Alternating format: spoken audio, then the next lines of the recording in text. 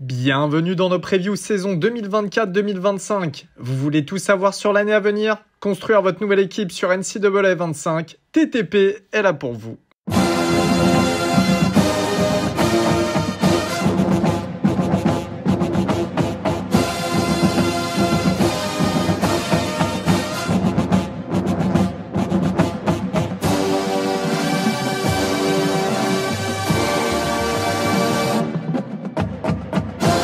Salut à tous et bienvenue dans ce nouvel épisode preview de The Trick Play. Et aujourd'hui, direction la SEC et le soleil, les Florida Gators. Et oui, on va droit dans le swamp, dans les marais du milieu de la Floride. Les Gators qui... Oula, j'ai mis un petit peu de temps à faire cette preview, la travailler, etc. Parce qu'il y a beaucoup de choses à dire quand même sur cette équipe, sur Florida, etc.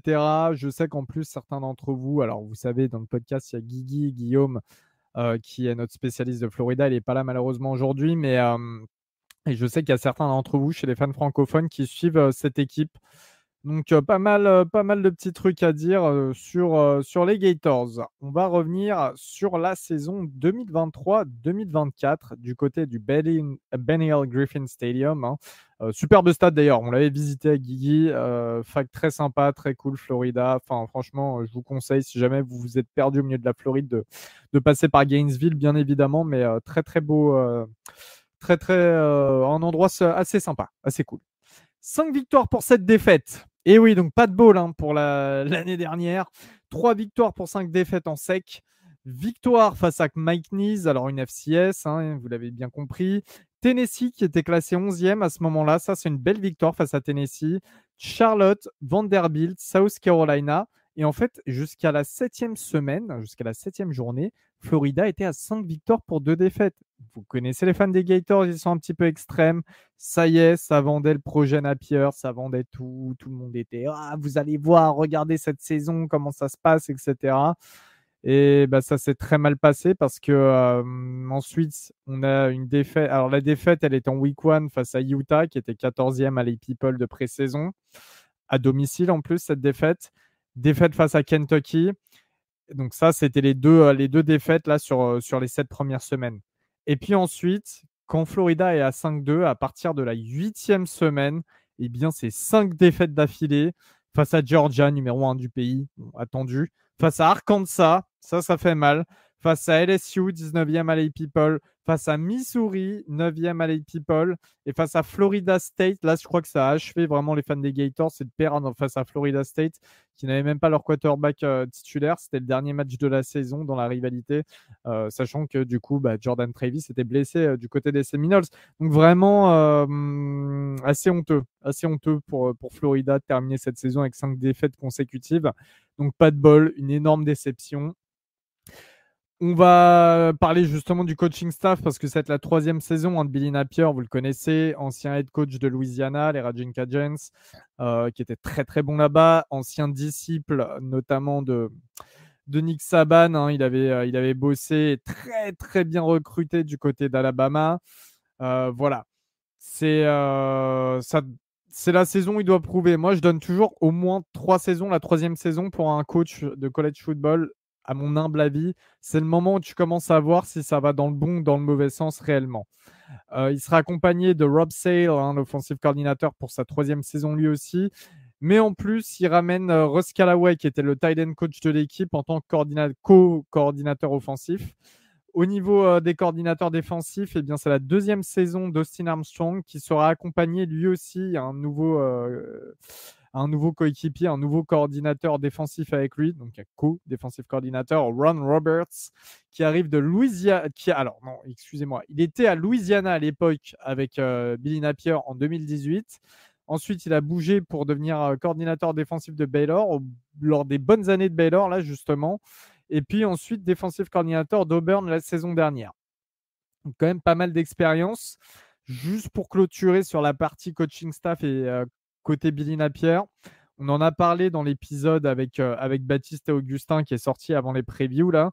L'épisode où on parle de NCAA sur la enfin, sur le jeu vidéo, etc. Au niveau des news, on avait dit que l'ancien quarterback de Florida, qui avait commit à Florida, puis finalement transféré directement et il avait demandé à récupérer sa lettre de commitment de Florida pour pouvoir transférer. Jadon Rashada, eh bien, il a intenté un procès à Billy Napier et à un booster de Florida pour à peu près entre 14 et 15 millions de dollars en disant que ça lui était dû, que ça lui avait été promis par la fac, etc., sur sa NIL et que ça ne lui a pas du tout été payé. Et c'est vrai que Florida, j'ai relu des reports et tout, alors qu'on ne m'embête pas là-dessus.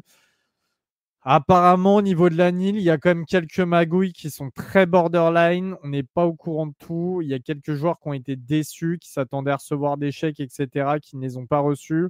Donc attention à ce genre de choses. Et du coup, là, il va falloir trouver un compromis pour régler tout ça à l'amiable avec Rashada. Sinon, ça peut aller très loin. Et j'imagine mal Billy Napier et Florida vouloir lâcher presque 15 millions de dollars comme ça. Au niveau de la classe de commits, eh bien, c'est la 13e meilleure classe du pays pour 20 joueurs commits en tout. On a 2 joueurs 5 étoiles. Alors, je vais commencer du plus petit au plus grand. On a le D-line LJ McCray qui était le meilleur D-line sur cette classe lycéenne 2024 et le 4e meilleur joueur, tout poste confondu. Donc, on a un top 5.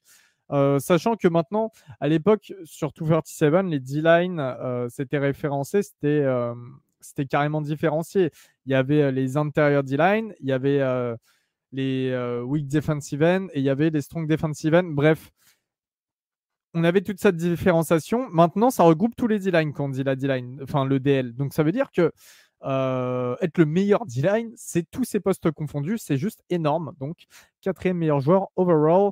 Et puis, on a encore mieux finalement, parce qu'on a le quarterback DJ Lagway qui arrive du Texas, qui est le meilleur quarterback de cette QV lycéenne et le 3e joueur, tout poste confondu. Énorme coup de Florida, j'insiste là-dessus. Énorme coup des Gators. Au niveau du reste des commits, on a 8 joueurs 4 étoiles, dont 3 joueurs qui sont dans le top 150 et il y en a un qui est juste à l'extérieur du top 150, il me semble, donc des joueurs très haut classés. Et là, chapeau pour les transferts, 5e meilleure classe du pays en termes de transferts pour 15 joueurs qui arrivent du côté de Gainesville avec un ancien joueur 5 étoiles que vous connaissez tous, on en a beaucoup parlé dans The Trick Play, Cormani McLean, le cornerback de la classe 2023, donc de l'année dernière, c'était un true freshman, qui était le cornerback numéro 1 en 2023 et le 14e joueur, tout poste confondu. Il était à Colorado, et oui, il était parti chez Coach Prime. Et puis, donc ça avait fait un grand bruit, etc. Et puis là, on a vu qu'il y a pas mal de joueurs quand même qui sont repartis de Colorado. On fera la preview, on en parlera plus en profondeur. Et Cormani McLean est en tête là-dessus. Alors pendant longtemps, à l'époque, quand il était au lycée, il avait quasiment commit à Florida, il me semble. Finalement, il avait changé d'avis. Il avait commit à Miami. Puis à la dernière seconde, il a décommit pour commit à Colorado et partir du côté de Boulder. Voilà, là, il revient du côté de Florida en tant que Walcon. Donc, il n'est pas censé avoir de... il n'est pas censé avoir de... excusez-moi. Il n'est pas censé avoir de bourse. J'ai entendu un bip derrière moi, ça m'a surpris. Il n'est pas censé avoir de bourse. Donc, du coup, voilà, c'est une bonne opportunité pour Florida, pour les Gators. Il y a 5 anciens joueurs 4 étoiles, notamment, et il y a 5 joueurs qui sont 4 étoiles sur le portail aussi. Parce que, par exemple, pour vous expliquer, si vous ne connaissez pas, un joueur à l'époque, au moment où il était lycéen, ça pouvait être un 3 étoiles. Il va dans une fac, au hasard, il va à Wake Forest. Il devient super fort à Wake Forest, etc. Il inscrit son nom sur le portail des transferts. Il y a une nouvelle note, une note qui est mise sur le portail. C'est le 14e meilleur joueur du portail et on le considère comme un 4 étoiles du portail. Voilà, pour faire un exemple tout bête. L'effectif des Gators au niveau de l'attaque, on a Graham Mertz, le quarterback, le redshirt senior. Donc c'est la dernière des dernières années pour lui, qui est de retour. Vous le connaissez, c'est un ancien quarterback titulaire de Wisconsin. Il sort d'une saison à 2900 yards, 20 touchdowns pour 3 interceptions, plus 4 touchdowns à la course. Et c'est le quarterback le plus expérimenté de SEC. Il aura derrière lui Clay Millen, qui est un ancien joueur de Colorado State, qui avait pas mal vu le terrain. Et je crois qu'il a un record de fac à l'époque. Record de FBS plutôt. Je crois qu'il avait, c'était le freshman avec le meilleur pourcentage de passes complétées, 72,2%. Je l'ai lu tout à l'heure, donc voilà, c'est son seul highlight vraiment, et c'était il y a 2 ans. Et puis évidemment, il y aura DJ Lagway qui sera là. Je pense que Lagway, on va pas mal le voir, notamment sur des quatrièmes cartons si jamais Florida mène. Au niveau du poste receveur, eh bien, Ricky Pearsall est parti chez les San Francisco 49ers en NFL avec le choix numéro 31 au premier tour. Donc le Pearsall, il est vraiment monté en puissance de dingue la saison dernière. On parlait déjà de lui l'année d'avant, mais là, la saison dernière était assez exceptionnelle. Et puis, il a obtenu ce premier tour de draft. Voilà, en espérant qu'il aura une belle carrière.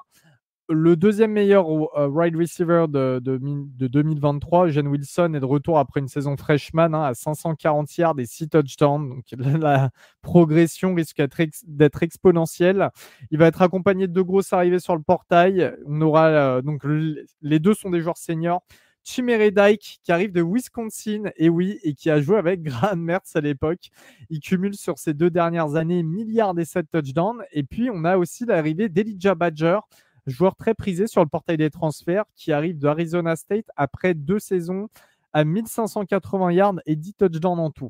Voilà, donc ça va apporter pas mal d'expérience dans la room. Au niveau du post running back, Trevor Etienne, le super running back, a transféré du côté de Georgia. La vie, elle est facile pour les powerhouse, c'est toujours pareil.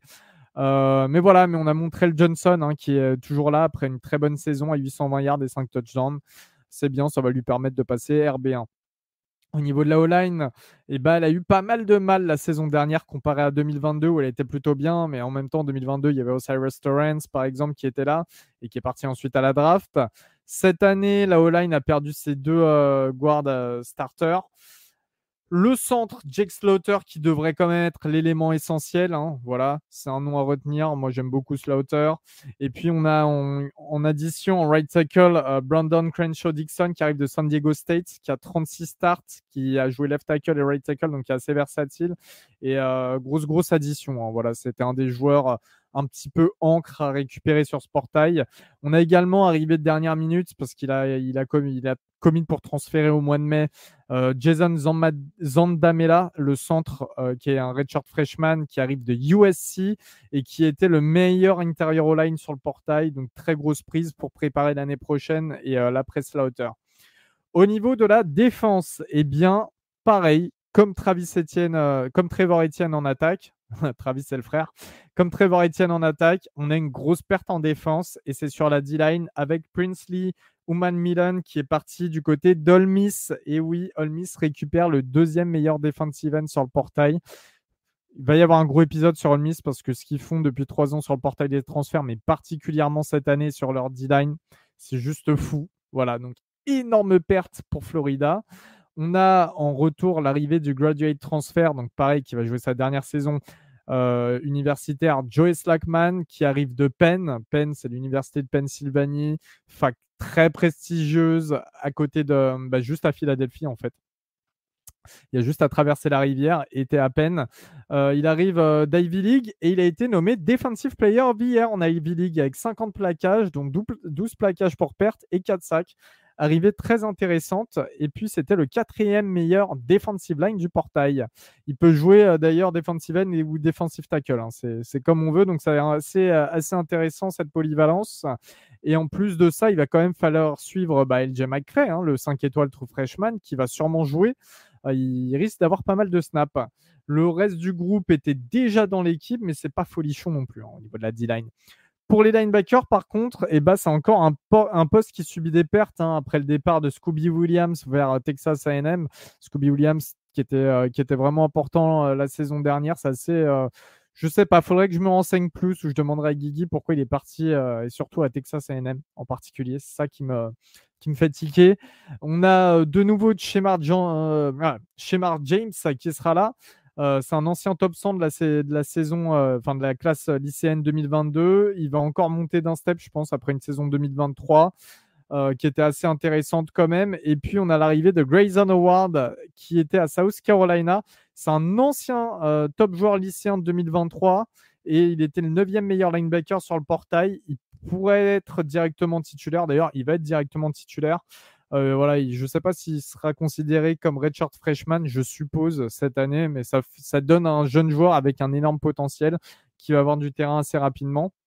Puis au niveau des DB, on a le cornerback Jason Marshall Jr. qui est senior cette année, pour aller à contrario de son nom, qui va être le defensive back principal, hein, de retour après une saison à 11 passes défendues. Le gros problème de Florida l'année dernière et de leur DB, ils ont seulement intercepté 3 ballons. Seulement 3 interceptions la saison dernière. On cumule tout, hein, toute la défense, évidemment. Il n'y a pas que les DB, mais il y a aussi les linebackers ou les corners, excusez-moi, les D-line. Mais c'est juste ridicule. C'est ridicule. Alors là, grosse arrivée sur le portail des transferts. Je l'ai dit, Cormany McClain, hein, le 5 étoiles de Colorado qui sera là. Traquise Bridge qui porte une bonne expérience du côté d'Oregon. Je crois qu'il a joué 3 ou 4 saisons là-bas. Et puis Jamir Crimsley qui est un cornerback qui arrive d'Alabama. Alors il était de cette classe-là, 2024. Et il a pu transférer finalement à Florida au lieu de rester commit à Alabama grâce au départ de Nick Saban qui avait permis aux joueurs qu'il voulait de pouvoir transférer out d'Alabama. Tout simplement, c'était un très bon 4 étoiles aux 4 étoiles et joueur issu de la Floride, justement. La room de safety va être renforcée par le transfert Asa Turner qui arrive de Washington, hein, après la très grosse saison de Washington, mais pareil, Washington qui a subi le départ de son head coach du côté d'Alabama, donc c'est un petit peu le jeu des chaises musicales. Il arrive, il a beaucoup d'expérience, c'était une des grosses pertes là, sur cette off-season des Huskies. Donc Asa Turner, qui risque d'être assez intéressant dans le backfield. Il y a pas mal de va-et-vient dans cette défense avec le portail des transferts. Encore une fois, on est au niveau du college football en 2024, quoi. Ça change. Premier match de la saison, direction le calendar, avec le 31 août, la réception de Miami. Donc, rivalité, un match du soir à 21h30. Non, je dis des bêtises, c'est match dans l'après-midi. Mais réception de Miami, ensuite réception de Samford, hein, une FCS que Florida a l'habitude de jouer pour se faire son match gratuit de l'année. Réception de Texas A&M ensuite, déplacement à Mississippi State, réception de UCF, déplacement à Tennessee, réception de Kentucky puis de Georgia, déplacement à Texas, et oui, nouveau venu en sec, réception d'LSU et d'Ole Miss, et puis déplacement à Florida State pour la revanche par rapport à l'année dernière. Moi, j'ai un minimum de 5 victoires pour 7 défaites et un maximum de 8 victoires pour 4 défaites. Quelles seront les 4 défaites au minimum? Enfin, au max. Florida State, Ole Miss, LSU, Texas, Georgia. Déjà là-dedans, tu as au moins 4 défaites. On va se le dire. Ensuite, tu n'es pas à l'abri, tu joues à Tennessee. Tu peux te faire surprendre. Ça peut d'ailleurs, voilà, il y a de grandes chances même. Et puis, tu sais pas, en Texas A&M qui se révèle, UCF qui est pas très loin, voilà, tu sais pas, ça peut vite tourner au vinaigre si ça reste sur les positions de ces 2 dernières années, hein. Florida, on attend des matchs beaucoup plus qualitatifs et finalement, on est encore déçus. Donc voilà, 5 victoires pour 7 défaites au minimum, 8 victoires pour 4 défaites au maximum, c'est ce qu'on leur souhaite. Moi, je suis plus du côté du 7 victoires pour 5 défaites avec un début de saison, un peu comme l'année dernière, un début de saison à 5-0. Miami, Samford, Texas A&M, Mississippi State, UCF. Si Florida arrive à bien jouer et à utiliser la qualité de son effectif, je dis bien utiliser la qualité de son effectif, tu peux être à 5-0. Voilà. Merci de m'avoir écouté pour cette preview assez longue, hein, des Gators, mais c'est normal, c'est une des équipes les plus passionnantes du CFB où il y a beaucoup de choses à dire à chaque fois. On se retrouve très vite pour une nouvelle preview 2024 et je vous dis à la prochaine. Salut tout le monde.